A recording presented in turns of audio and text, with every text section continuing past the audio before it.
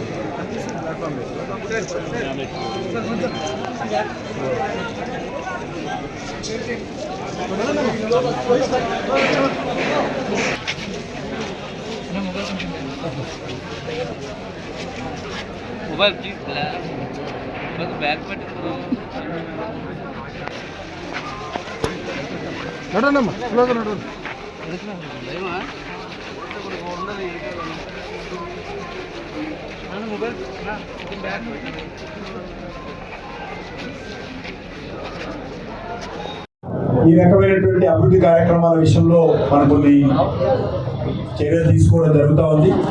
అందుకోసం కొంత మీడియాకు ప్రాధాన్యత ఇచ్చి వాళ్ళు విషయాలను తెలుసుకుంటే అది దేశానికి తెలుగు ప్రజలందరికీ తెలుస్తుంది. కాబట్టి దయచేసి అందరూ సహకరించండి. మన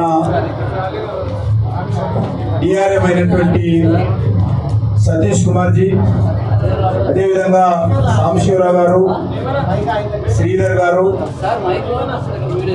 నాతో పాటు పాల్గొంటున్నటువంటి నిరంజన్ గారు జిల్లా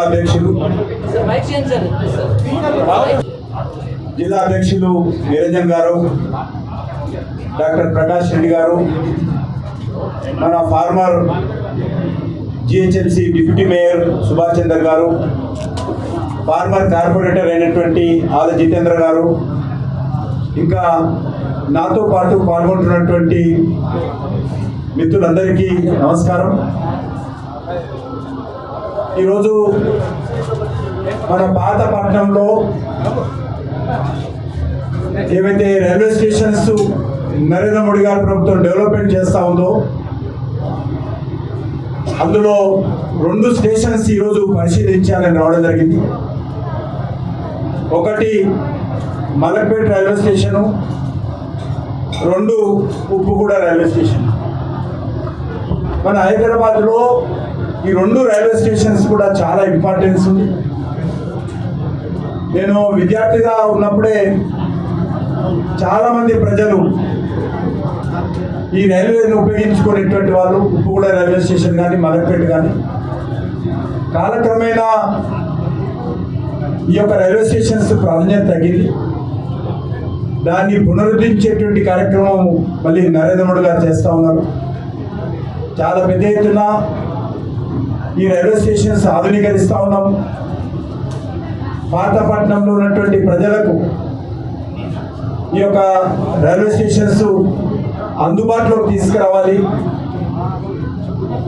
మంచి చూడడానికి రావడానికి చాలా బాగా కనిపించాలి అన్న ఉద్దేశంతో చాలా ఆధునికమైనటువంటి పద్ధతిలో వెనుక కూర్చున్న వాళ్ళు మాట్లాడకండి, మాట్లాడడానికి వస్తే బయటికి వెళ్ళండి. మనము పాతపట్నం ప్రజలకు కూడా కేంద్ర ప్రభుత్వం తరఫున రైల్వే డిపార్ట్మెంట్ తరఫున అన్ని రకాల రైల్వే నెట్వర్క్ పెంచాలనేటువంటి ప్రయత్నం చేస్తూ ఉన్నాం.